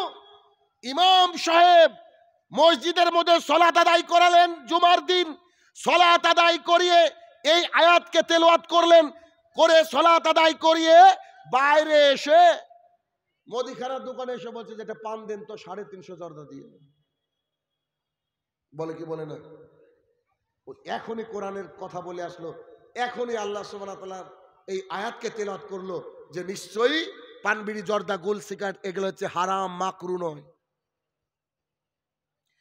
আন আবি দারদা রাদিয়াল্লাহু তাআলা আনহু قال قال رسول الله صلى الله عليه وسلم, আবু দারদা রাদিয়াল্লাহু তাআলা আনহু বলেন রাসূল সাল্লাল্লাহু আলাইহি ওয়াসাল্লাম বলেছেন লাদখুলুল জান্নাতা জাসাদা, ওই দেহ জান্নাতে যাবে না, গুদিয়া বিল হারাম, যে দেহ হারাম খেয়ে গড়ে উঠেছে। পান বিড়ি জর্দা গোল সিগারেট শুধু হারাম নয়, সেই সাথে বন্ধন লোন, সেই সাথে গ্রুপ লোন, এগুলা সবই হারাম। এ খেয়ে ইবাদত কবুল হবে না। 1450 বছর আগে রাসূল সাল্লাল্লাহু আলাইহি ওয়াসাল্লাম এই হাদিস আপনার সামনে পেশ করলেন, আপনার সামনে আমি পেশ করছি, তাদের সামনে আল্লাহ রাসূল পেশ করেছিলেন। আপনার এদিকে ওদিকে যাওয়ার রাস্তা নাই, একটু রাস্তা নাই। কেন? দেখেন সন্দেহ বলে কিছু থাকতে পারে, হাদিস এমন সুস্পষ্ট, পৃথিবীর সর্বশ্রেষ্ঠ মানুষ মুহাম্মদ সাল্লাল্লাহু আলাইহি ওয়াসাল্লাম, সর্বকালের সর্বশ্রেষ্ঠ শিক্ষক, তিনি বলে গিয়েছেন, তাতে কোনো সন্দেহ থাকবে না, কথা সত্য। সেটা কেমন? এই হাদিস শুনেন, এই হাদিস আমি মাঝে মাঝে ভাবি যে হানাফি ভাইরা কি হাদিস পায়নি, নাকি পড়ার চেষ্টা করে না, নাকি এরা বুঝে না? দেখেন তো হাদিস, আপনাকে বুঝাবো, আপনি বুঝতে পারবেন। নুমান ইবনে বাশির রাদিয়াল্লাহু তাআলা আনহু বলেন, রাসূল সাল্লাল্লাহু আলাইহি সাল্লাম বলেছেন, হালাল সুস্পষ্ট। গরুর গোশত হালাল, এতে কি কোনো সন্দেহ আছে? মুরগির গোশত, ছাগলের, এটা হালাল, এটাকে কি কেউ সন্দেহ করেছে কোনোদিন? হারাম সুস্পষ্ট। শুয়োরের গোশত একেবারে স্পষ্ট। আচ্ছা, গরু হালাল, শুয়োর হারাম, এতে কোনো কষ্ট হচ্ছে? কোনো ঝামেলা, বুঝতে অসুবিধা হচ্ছে? আল্লাহ রসুলের হাদিসটা শুনেন আবার। নুমান ইবনে বাশির রাদিয়াল্লাহু তাআলা আনহু বলেন, রাসূলুল্লাহ সাল্লাল্লাহু আলাইহি সাল্লাম বলেছেন, হালাল সুস্পষ্ট, হারাম সুস্পষ্ট। গরু হালাল, শুয়োর হারাম, মাঝে যা রয়েছে তা হচ্ছে সন্দেহ। কি সন্দেহ? এক মিনিট ধরেন পানবিড়ি, জর্দা, গুল, সিগারেট, সন্দেহ 1 মিনিটের জন্য, যদি সন্দেহ না বোঝানোর জন্য, মাঝে যা রয়েছে তা কি সন্দেহ। পানবিড়ি, জর্দা, গুল, সিগারেট, এটা সন্দেহ। রাসূলুল্লাহ সাল্লাল্লাহু আলাইহি সাল্লাম বলছেন, যে ব্যক্তি সন্দেহ থেকে বেঁচে থাকলো, যে ব্যক্তি পানবিড়ি, গুটকা, খৈনি ইত্যাদি থেকে বেঁচে থাকলো, সে যেন তার ইজ্জত এবং সে যেন তার সম্মান এবং দ্বীন ইসলামের পতাকাকে উপরের দিকে তুললো। আচ্ছা, পৃথিবীর কোন মুসলমান চায় না যে আল্লাহর যে দ্বীন ইসলাম তার পতাকা উপরে উঠুক? সবাই চাই। তো যারা পানবিড়ি, জর্দা, গুল, সিগারেট খায়, তারা পক্ষান্তরে কালেমার পতাকাকে নিচে নামাতে চায়। আমি বলছি না, বলছে কে? মুহাম্মদ সাল্লাল্লাহু আলাইহি ওয়াসাল্লাম। হাদিস কিন্তু শেষ হয়নি, এই হাদিসের পর আপনার কোনো প্রশ্নই থাকবে না। দেখেন হাদিসটা কি। তখন মুহাম্মদ সাল্লাল্লাহু আলাইহি ওয়াসাল্লাম বলছে, ও সাহাবীরা শোনো শোনো শোনো, যে আল্লাহ রাসূল বলেন, তোমরা যে ছাগল গরু চড়াতে যাও, তো প্রত্যেক রাজার তো আলাদা আলাদা চারণ ভূমি আছে, তো আইল বুঝো, আইল, আপনারা আইল বুঝেন? আল, আল মানে একজনের জমি থেকে আরেকজনের জমি আলাদা করা, তাই না? আল। মুহাম্মদ সাল্লাল্লাহু আলাইহি ওয়াসাল্লাম বলছে, পৃথিবীর শ্রেষ্ঠ শিক্ষক, দেখেন কি সুন্দর উদাহরণ। আল্লাহ রাসূল সাহাবায়ে কেরামকে বলছে, তোমরা যদি তোমাদের গরুকে, ছাগলকে আইলের উপরে চড়াও, তোমাদের গরু ছাগল কি ওই দিকে মুখ দিবে? মানে অপরের জমিতে, এটা আমার জমি, আমি আলের উপরে চড়াচ্ছি, ওইদিকে কে মুখ দিবে? তখন মুহাম্মদ সাল্লাল্লাহু আলাইহি ওয়াসাল্লাম এই প্রশ্ন করায় সাহাবীরা উত্তর দিলেন, অবশ্যই দিবে, ও তো গরু, ও তো ছাগল, নিশ্চিত দিবে। তখন মুহাম্মদ সাল্লাল্লাহু আলাইহি ওয়াসাল্লাম বলছে, যা সন্দেহ তা হারাম। নেন এবার, যা সন্দেহ বলেন তা হারাম। আনাস ইবনে মালিক রাদিয়াল্লাহু তাআলা আনহু বলেন, রাসূল সাল্লাল্লাহু আলাইহি সাল্লাম একদিন আসছিলেন, রাস্তার উপরে একটা খেজুর পড়েছিল, তিনি খেজুরটাকে তুলে বলছে, আনাস, জি আল্লাহ রাসূল বলেন, আমি যদি সন্দেহ না করতাম এটা সাদাকার মাল, তাহলে আমার এই খেজুরটা খেতে মন চাইছিল। বলেন তো, ওটা সাদাকারই যে মাল হবে, এটা এই কথা কে বললো? এমনি মানুষ বাগানের খেজুর নিয়ে যেতে গিয়ে পড়তেও তো পারে, কিন্তু আল্লাহ রাসূল সন্দেহ হয়েছে, তাই কি করেছেন? ওটাকে মুখে তুলেননি। আবু হুরায়রা রাদিয়াল্লাহু তাআলা আনহু বলেন, রাসূল সাল্লাল্লাহু আলাইহি সাল্লাম বলেছেন, ক্রমাগত নেশাদার পানকারী ব্যক্তি মূর্তি পূজকের নেই। কি দিয়ে বুঝাবো আপনাকে আমি? যে ব্যক্তি পানবিড়ি, জর্দা, গুল, সিগারেট লাগাতার খায়, প্রতিদিন খায়, এর ব্যবসা করে, বাড়িতে বিড়ি বাঁধে, এরাও যায়, হিন্দুরাও তাই। বলছে মুহাম্মদ সাল্লাল্লাহু আলাইহি সাল্লাম, আল্লাহ রাসূল সাল্লাল্লাহু আলাইহি সাল্লাম এই বাক্য বললেন, ক্রমাগত পানবিড়ি, জর্দা, গুল, সিগারেট যারা খায়, তারা হচ্ছে মূর্তি পূজকের ন্যায়। মূর্তি পূজক যদি জান্নাতে যায়, তো আপনিও জান্নাতি। চণ্ডীদাসের জন্য কি জান্নাত করা হয়েছে? তাহলে আপনি বুঝেন, পানবিড়ি, জর্দা, গুল খাওয়া কত বড় অপরাধ, অথচ এগুলোকে আমরা অপরাধ মনেই করি না। আরে বাইরে তো খায়, হুজুর আবার মসজিদের মধ্যে খায়, আছে না? এমন লোক আছে। কি করে সমাজ পরিবর্তন হবে বলেন? হারামখোর কোনো কথা বললে কাজ লাগে নাকি? হারামখোরেরা, এমনও হারামখোরকে চিনি এই পশ্চিম বাংলার, যার রেট 22,000 20,000 টাকা করে নেয়, তার পাশে বসে থাকতে পারবে না, এত গুল করে, এত গুল করে। ওর বক্তৃতায় কি সমাজ পরিবর্তন হবে? ওর পকেট ঢুকবে, আর কিছু না। অতএব সাবধান। আনাস রাদিয়াল্লাহু তাআলা আনহু বলেন, রাসূল সাল্লাল্লাহু আলাইহি সাল্লাম, আনাস রাদিয়াল্লাহু তাআলা আনহু বলেন, উমর ইবনুল খাত্তাব রাদিয়াল্লাহু তাআলা আনহুর জামানায় যে ব্যক্তি বেশি নেশাদার দ্রব্য পান করতেন তাকে টেনে এনে 40 জুতার বাড়ি মারা হতো। যদি আজকে সে জামানা হতো তো রাস্তায় আস্তে আস্তে দেখলাম যে ইয়াং ছেলেরা সব বিড়ি টানছে, সিগারেট টানছে, আমার জুতো দিয়ে ওকে মারতাম আমি। আল্লাহ রসুল সাল্লাল্লাহু আলাইহি সাল্লামের পরের যুগের কথা বলা হচ্ছে যে 40 জুতার বাড়ি মারা হতো। কাকে বলেন তো? কাকে বলেন তো? যে ব্যক্তি নিয়মিত পান বিড়ি জর্দা গুল সিগারেট খাইবা পান করে তাকে। কথা কি বুঝাতে পারলাম? বলেন। আবু হুরায়রা রাদিয়াল্লাহু তাআলা আনহু বলেন, রাসূল সাল্লাল্লাহু আলাইহি সাল্লাম বলেছেন, কোন ব্যক্তি যদি পান বিড়ি জর্দা গুল সিগারেট খায় এমত অবস্থায় মারা গেলে জাহান্নাম, এখন থেকে 40 দিন তার নামাজ কবুল হবে না।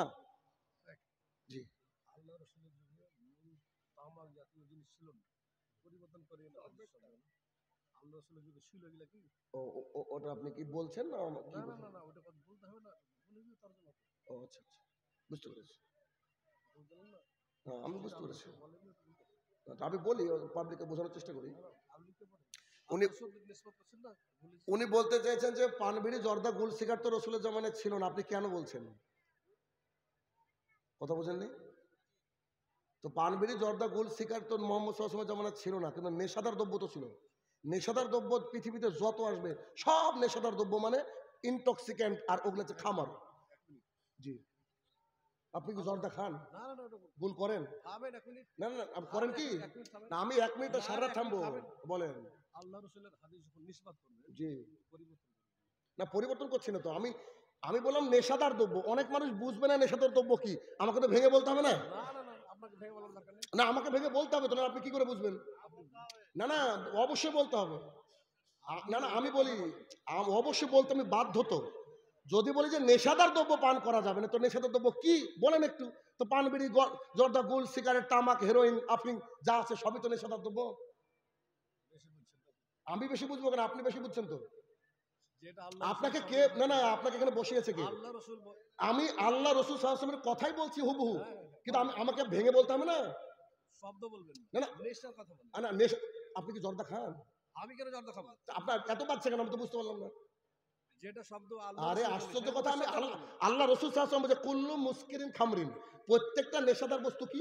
মদ, তাই তো? আল্লাহ রাসূল বলেছেন মান কাযিবা আলাইয়া মুতাআম্মিদান ফালিয়াতাবাওয়া মাকাদাহু। না ঠিক। আল্লাহ রাসূল বলেছেন ধাক্কা মারছেন কেন? আপনি ধাক্কা মারছেন কেন? আপনি আমাকে ডেকেছেন, আমি আসিনি তো। যার ব্যাপারে আল্লাহ রাসূল বলেছেন যে ব্যক্তি আমার প্রতি মিথ্যা অপবাদ লাগাবে নিজের স্থান জাহান্নাম বলবে। আল্লাহ রাসূলের যুগে তারুণ জাতীয় জিনিস ছিল, পুরুষ ছিল। এই সমস্ত আমাদের নতুন হয়েছে, তাই আমি আপনাকে বলবো আল্লাহ রাসূলের কোনো কথা নিষ্পাত করলে পারে খুব সাবধান। আল্লাহ রাসূল সাহাবারা এমন ফাঁকফাঁকের কাঁপতেন, কোনো কথা বলতে গেলে বলতেন শেষে কামা কাল রাসূলুল্লাহ সাল্লাল্লাহু আলাইহি ওয়াসাল্লাম। আল্লাহ রাসূল এইভাবে বোঝাই দিয়েছেন।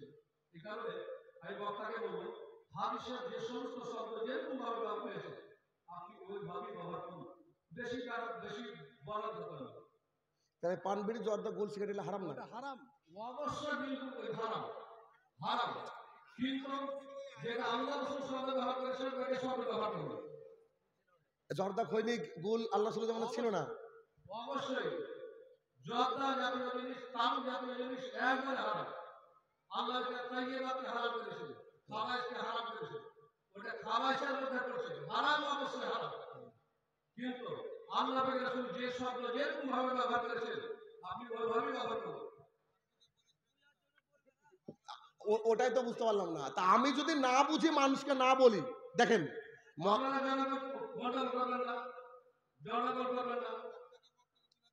আপনি বক্তাকে আমি ওটাই বলছি, পান বিড়ি সিগারেট আল্লাহ রাসূল বলেছেন এরা খেয়াল করে নামাজ কবুল হবে না, এটা আল্লাহ রাসূলের শব্দ নয়। আমি যে হাদিস বলছি শুনেন, আমি বলি, আমি যেটা বলছি আমার কথা হলো যে মুহাম্মদ সাল্লাল্লাহু আলাইহি ওয়াসাল্লাম কি বলেছেন যে নেশাদার দ্রব্য পান করলে 40 দিন তার সালাত কবুল হবে না, এই অবস্থা মারা গেলে জাহান্নাম, তবে তওবা করলে আল্লাহ তওবাকারীকে ভালোবাসেন। এটা উনি চাইছেন শুনতে। এটা এবার আপনি যেহেতু আমার বাঙালি ভাই, ভালো করে বুঝুন। এখন আজকে ধরেন হিরোইন, এটা তো নেশাদার দ্রব্য।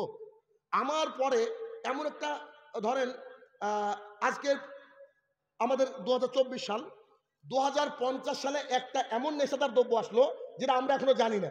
ধরেন সেই নেশাদার দ্রব্যের নাম হচ্ছে এক্স, উদাহরণস্বরূপ এক্স।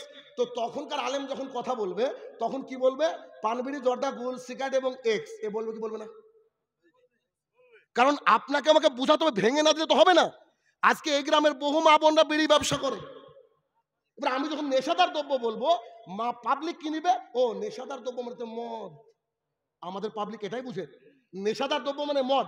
পানবিড়ি, জর্দা, গুল, সিগারেটকে মদ মনে করে না বলেই আজকে সমাজে এটা প্রচলিত আছে, চলছে তো। এটাকে হারাম মনে করে না বলেই তো আছে। আর মাকরু তো ওইভাবে এসছে। হ্যাঁ, এ কথা সত্য যে বিড়ি, বিড়ি শব্দটা হাদিসে নাই, কিন্তু এটা তো উসুল একটা, যে আমি যখন এই কথা বলবো, আমি যখন বলবো তখন আমাকে ভেঙে দিতে হবে না। আমার বক্তৃতা কি বুঝলো পাবলিক? বলেন। আপনি যে রাগ করছেন, ঠিক আছে, আপনার কথা আমি মেনে নিলাম। আমি নেশাদার দ্রব্য ওটাকে একটু ভেঙে দিচ্ছি, যে মানুষ পানবিড়ি, জর্দা, গুল, সিগারেট এখন যতদূর বুঝি আমি। যেমন বাংলাদেশে গিয়ে বলছে, স্যার আমাদের এলাকায় বাবা খায় খুব। আপনারা বাবার নাম শুনেছেন? আমি বললাম আল্লাহ, বাবা কি? তো বলছি এক ধরনের ট্যাবলেট, নেশাদার দ্রব্য। এখন বাংলাদেশে যখন আমি বক্তৃতা করছি তখন আমার বক্তৃতার গতি এইরকম, যে রাসূল সাল্লাল্লাহু আলাইহি ওয়াসাল্লাম বলছে পানবিড়ি, জর্দা, গুল, সিগারেট বাবা যারা খাবে তাদের থাকার জায়গা জাহান্নাম। এইখানে যখন বন্ধন বলছি, বাংলাদেশে গিয়ে বলছি আশা ব্র্যাকে যারা চাকরি করে তাদের ইনকাম হারাম। বলেন আশা ব্র্যাক বুঝেন? তো আমাকে মোহাম্মদ সাল্লাল্লাহু আলাইহি ওয়াসাল্লামের বাণীটা কি? তোমার সামনে যে পাবলিক থাকবে তাদের জবানে তোমাকে বলতে হবে, নাহলে তো আমরা তো হানাফির মতন হয়ে গেলাম, আরবিতে খুতবা দিতাম, তাহলে কি বুঝবে মানুষ? তা আমার কাজই হচ্ছে কি মানুষকে একদম ক্লিয়ার কাট বলা। বুঝতে পারলেন কি আপনি? না, আমি বুঝতে পারবো না। আমার এই গতিতে চলবে ইনশাআল্লাহ, কিছু করার নাই। যে আমি তো এইভাবে চলবো, কারণ আমার ভাইকে আমাকে বোঝাতে হবে। আমার ভাইকে বোঝাতে হবে যে বিড়িটা হারাম। আপনিও বললেন, স্বীকার করলেন হারাম, কিন্তু তর্জমা করতে গিয়ে আপনি বলছেন ওটা বলে। আমি তর্জমা করছি, আমি বলছি কুল্লু মুস্কিরিন খামরিন, প্রত্যেকটা নেশাদার বস্তু মদ, তাই তো? এখন মদগুলা কি কি আপনি বলবেন না পাবলিককে? ও তো এসে বলবো মদ মানে তো ওই যে কি কি বোতলে পাওয়া যায় ওই মদের কথা মনে হয় বলেছে, বিড়ির কথা তো আসেনি গো হাদিসে। তাহলে বিড়ি খাবো বলবে কি বলবেন না? এই আমি চাইনি যে আমার সাথে ভাই কারো দু কথা হোক। সম্মানিত মানুষ আপনারা, আল্লাহ তাআলা আপনাকে সম্মান দিয়েছে। এবার আমার যদি কোনো সে ভুল থাকে আপনি আমাকে বলবেন, আমি আল্লাহর রাস্তে বলছি, মেনে নেব। এটাই সালাফদের নীতি। কিন্তু আমি যেটা বলছি সম্ভবত আপনার এখানে শুধরানো উচিত। কেননা আমার ভাইয়েরা যে নেশায় মানে আশ্বস্ত রয়েছে, যার মধ্যে ডুবে আছে, সেই বিষয়টা যদি আমি উল্লেখ না করি ভুল হবে। কারণ আমি হচ্ছে ওই বক্তা যে স্টেজে আসার আগে এলাকার মানুষকে বা যারা আমাকে কন্ট্যাক্ট করে তাদেরকে জিজ্ঞাসা করি যে কোন বক্তৃতা দিলে আপনার এলাকায় উপকার হবে। কারণ আমি এসে শুনলাম কি কি ঘটনা আছে, ওই অনুযায়ী আপনার এখানে বক্তৃতা দিচ্ছি আমি। কারণ আমি যদি এখানে জান্নাত জাহান্নামের ওয়াজ করে চলে যাই, কিচ্ছু উপকার হবে না। মানুষ একটু কাঁদবে, হাসবে, ব্যাস এতটুকু। আশা করছি বুঝতে পেরেছেন। হাদিসটা কমপ্লিট করি। রাসূলুল্লাহ সাল্লাল্লাহু আলাইহি ওয়াসাল্লাম বলেন, যে ব্যক্তি নেশাদার দ্রব্য পান করবে, এবার তো আপনারা বুঝে গিয়েছেন, উনাকে একটু তাসল্লি দিয়ে আমি কথা বলে, যে ব্যক্তি নেশাদার দ্রব্য পান করবে, ওই পান করা অবস্থায় মারা গেলে জাহান্নাম। পান করতে করতে মানে জেনা করার সময়, নেশাদার দ্রব্য পান করার সময় মানুষের ঈমান থাকে না। ওই ব্যক্তি যদি এখন সালাত আদায় করে 40 দিন তার সালাত কবুল হবে না। এরপর ওই ব্যক্তি যদি আল্লাহর কাছে তওবা করে, আল্লাহ তওবাকারীকে ভালোবাসেন। রাসূলুল্লাহ সাল্লাল্লাহু আলাইহি ওয়াসাল্লাম বলেন কিছুদিন পর আবারও ও নেশাদার দ্রব্য পান করেছে, খেয়েছে, এখন মারা গেলে জাহান্নাম। এখন থেকে 40 দিন ইবাদত কবুল হবে না। আল্লাহ তাআলা তওবাকারীকে ভালোবাসেন, তিনি যদি তওবা করে নেন। রাসূলুল্লাহ সাল্লাল্লাহু আলাইহি ওয়াসাল্লাম বলছেন কিছুদিন পর আবারও নেশাদার দ্রব্য পান করেছে বা খেয়েছে, এখন মারা গেলে জাহান্নাম। এখন থেকে 40 দিন তার সালাত কবুল হবে না। এরপরে ও যদি তওবা করে, আল্লাহ তওবাকারীকে ভালোবাসে। তবে আল্লাহ সুবহানাহু ওয়া তাআলা বলেন, মুহাম্মদ সাল্লাল্লাহু আলাইহি ওয়াসাল্লাম তুমি তাদেরকে বলে দাও যারা এরকম ভাবে করবে তাদেরকে আমি রাদাগাতুল খাবাল পান করাবো। রাদাগাতুল খাবাল হাদিসে আছে তিনাতুল খাবাল, জিনাতুল খাবাল। তখন মুহাম্মদ সাল্লাল্লাহু আলাইহি ওয়াসাল্লামকে সাহাবায়ে কেরাম জিজ্ঞাসা করলেন আল্লাহ রসুল, রাদাকাতুল খাবাল কি জিনিস? তখন মোহাম্মদ সাল্লাল্লাহু আলাইহি ওয়াসাল্লাম বলছে, এটা হচ্ছে নিকৃষ্ট একটা জিনিস, জাহান্নামীদের রক্ত, পুজ, ঘাম একসাথে মিশ্রিত করে টকবক টকবক করে ফুটিয়ে ওয়েলকাম ড্রিঙ্কের মতো কিয়ামতের মাঠে যখন মানুষ সবাই ত্রাহি ত্রাহি করবে, ঠিক এমত অবস্থায় তার মুখের মধ্যে ঢেলে দেওয়া হবে। তার মুখের মধ্যে পড়ার সাথে সাথে এই পেছনের এই চামড়াটা গলে জিভটা তলা দিয়ে বেরিয়ে যাবে। কোনো ব্যক্তি যদি নেশাদার দ্রব্য পান করতে থাকে তো কিয়ামতের মাঠে এরকম শাস্তি হতে থাকবে। এখন আপনি বুঝে নিয়েছেন নেশাদার দ্রব্য কি, এখন বুঝেন। হ্যাঁ, কেউ আবার বলতে পারে বিড়ি এটা হালকা, জর্দা এটা হালকা। জি না, মুহাম্মদ সাল্লাল্লাহু আলাইহি ওয়াসাল্লাম হুবহু বলেছেন কুল্লু মুসকিরিন খামরিন, প্রত্যেকটা নেশাদার বস্তু মদ, আর প্রত্যেকটা মদই হারাম। আন আবি হুরায়রা রাদিয়াল্লাহু তাআলা আনহু قال قال رسول الله সাল্লাল্লাহু আলাইহি সাল্লাম, আবু হুরায়রা রাদিয়াল্লাহু তাআলা আনহু বলেন রাসূল সাল্লাল্লাহু আলাইহি সাল্লাম বলেছেন, লাদখুলুল জান্নাতা লাহামুন, ওই গোস্ত জান্নাতে যাবে না। একবার বললেন জাসাদা, এক দেহ জান্নাতে যাবে না, এখন বলছেন ওই গোস্ত জান্নাতে যাবে না। মুহাম্মদ সাল্লাল্লাহু আলাইহি ওয়াসাল্লাম বলছেন মিনাল সুতে, যে গোস্ত হারাম খেয়ে গড়ে উঠেছে। এখন হারাম কি করে খেলেন? এখন আপনাকে বলতে গেলে বলতে হয় বন্ধনের টাকায় লোন নিয়ে খাবার হচ্ছে হারাম, বিড়ির ব্যবসা করা এটা হচ্ছে হারাম, কোন হারাম কাজে ইনকাম করে যদি কোনো খাবার খান এটা হচ্ছে হারাম। শুধু শুয়োরের গোস্ত হারাম এমনটা নয়, সুদের টাকা দিয়ে খাসির গোস্ত কিনে খাও এটাও হারাম। অতএব যে ব্যক্তি হারাম খেয়ে তার দেহকে গড়ে তুলেছে এই ব্যক্তি জান্নাতে যাবে না, মুহাম্মদ সাল্লাল্লাহু আলাইহি ওয়াসাল্লাম বলছেন। এই হাদিসের মধ্যে মুহাম্মদ সাল্লাল্লাহু আলাইহি ওয়াসাল্লাম বলতে গিয়ে বলছেন একজন ব্যক্তি, তিনি মুসাফির, তার চেহারা, তার চুল, তার শরীরকে দেখে মনে হচ্ছিল তিনি দীর্ঘ সফর করে এসেছেন। তিনি ক্লান্ত শ্রান্ত অবস্থায় ফাঁকা মাঠের মধ্যে আল্লাহ তাআলার দিকে, আসমানের দিকে হাত তুলে বলছি ইয়া রাব্বি ইয়া রাব্বি, হে আমার প্রতিপালক, হে আমার প্রতিপালক। তখন মুহাম্মদ সাল্লাল্লাহু আলাইহি ওয়াসাল্লাম বলছে, ওর কি করে আল্লাহ দোয়া কবুল করবে যার খাবারও হারাম, পানিও হারাম, ওর কাপড়ও হারাম, গুদিয়া বিল হারাম, ও হারামের উপরে গড়ে উঠেছে। আনাস রাদিয়াল্লাহু তাআলা থেকে বর্ণিত প্রথম হাদিসের 1 নম্বর অংশ নিয়ে আমি 3 নম্বর অংশ নিয়ে আমি এখানে আটকে গিয়েছি। রাসূল সাল্লাল্লাহু আলাইহি ওয়াসাল্লাম কি বলছেন যে এমন একটা জামানা আসবে নেশাদার দ্রব্য পান করা বেড়ে যাবে, নেশাদার দ্রব্য পান করা বেড়ে যাবে, হারাম খাওয়ার জিনিসটা বেড়ে যাবে। সমাজ এমন রখাতলে চলে গিয়েছে পান, বিড়ি, জর্দা, গুল, সিগারেটকে নেশা মনেই করে না। বলেন করে? নাহলে কি একটা আলেম হয়ে জর্দা নিয়ে ওই জুমার খুতবায় উঠতে পারে?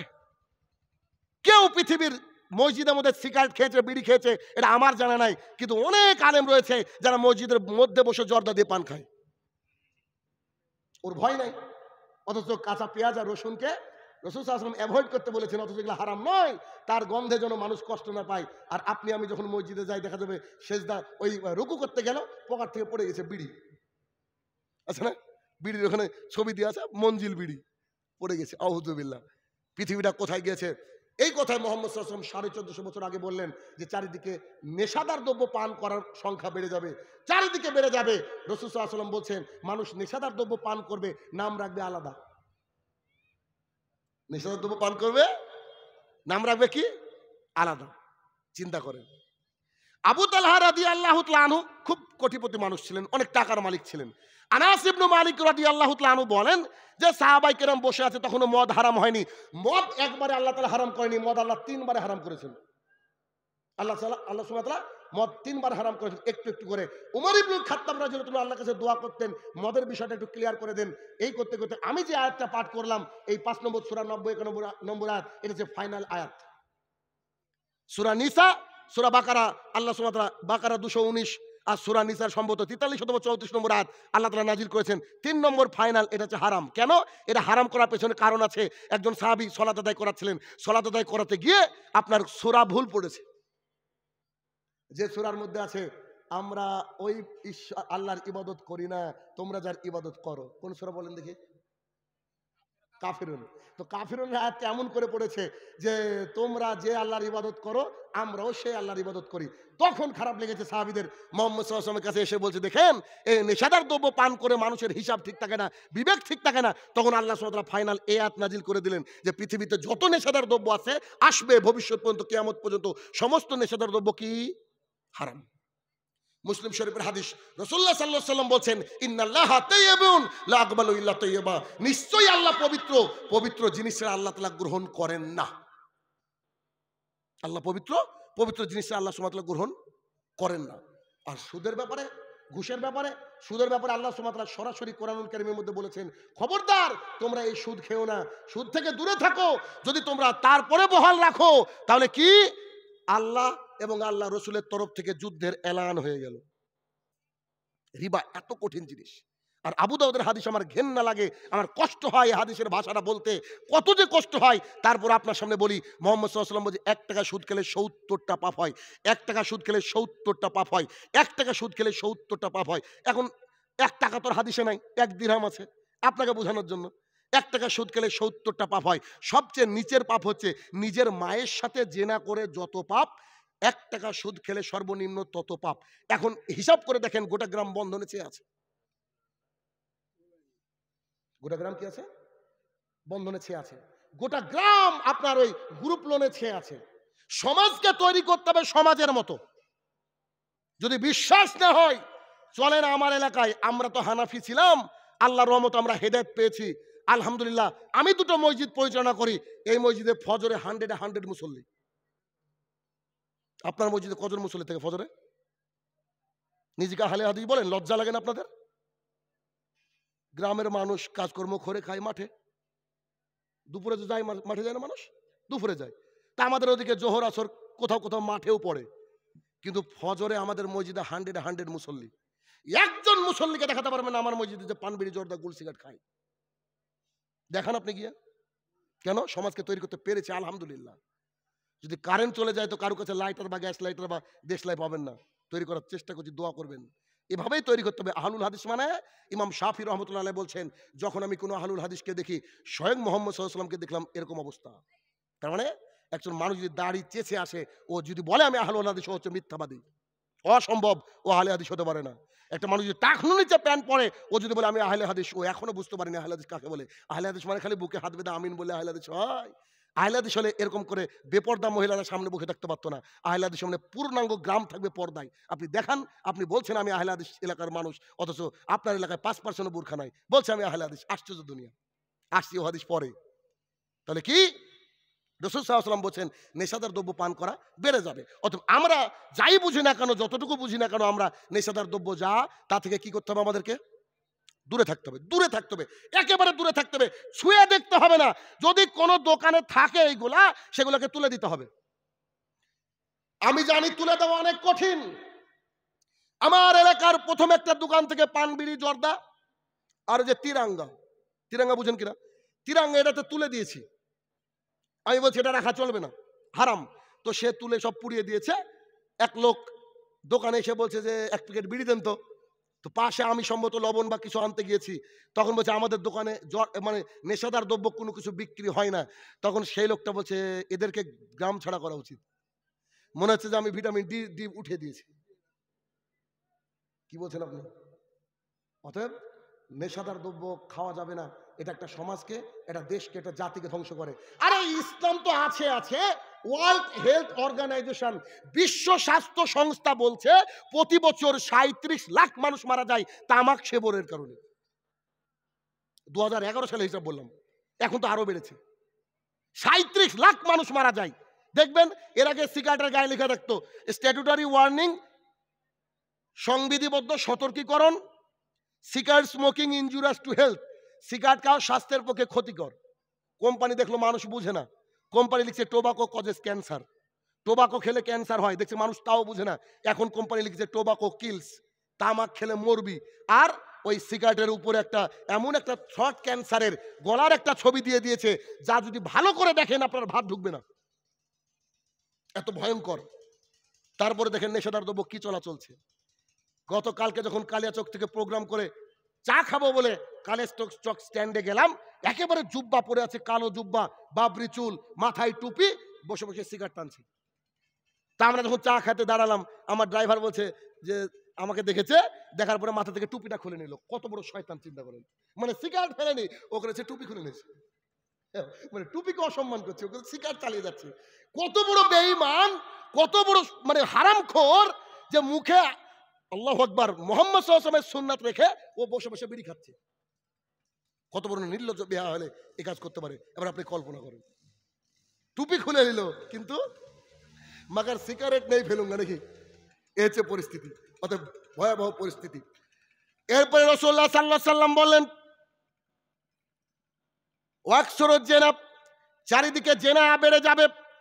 আব্দুল্লাহ ইবনে মাসউদ রাদিয়াল্লাহু তাআলা আনহু বলেন, রাসূল সাল্লাল্লাহু আলাইহি সাল্লাম বলেছেন, চোখের জেনা চোখ দিয়ে দেখা, অন্তরের জেনা অন্তর দিয়ে কল্পনা করা, পায়ের জেনা ওইদিকে ধাবিত হওয়া, হাতের জেনা হাত দিয়ে ধরা।